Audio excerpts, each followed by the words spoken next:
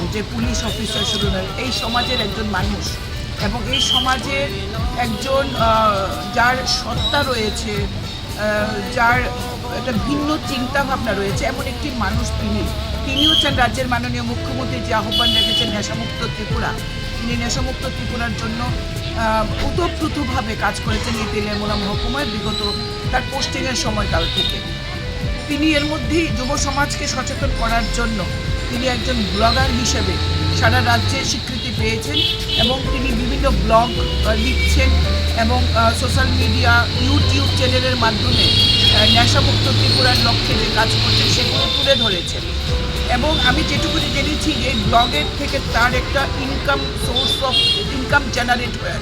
এই income generation থেকে তিনি এটাও আবার এই সমাজ যে মানুষগুলো থেকে তিনি যে পদ্ধতিগতভাবে বৈজ্ঞানিক যে সিস্টেমের মাধ্যমে যিনি যার টাকাটা তার উপার্জন হচ্ছে নেশামুক্ত ত্রিপুরা করার ক্ষেত্রে, সেই টাকাটা নিয়ে তিনি আবার সমাজে সেটা ফেরত দিচ্ছেন।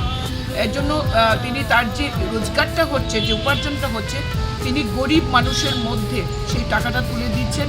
বিগত কিছুদিন যাবৎ গরিব ছাত্রছাত্রীদের তিনি বই পুস্তক যেমন দিয়েছেন, গরিব মানুষদের শীত বস্ত্র কম্বল তুলে দিচ্ছেন। আমি গতকালকেও সোশ্যাল মিডিয়াতে দেখেছি, রাজ্যের বাইরে থেকেও।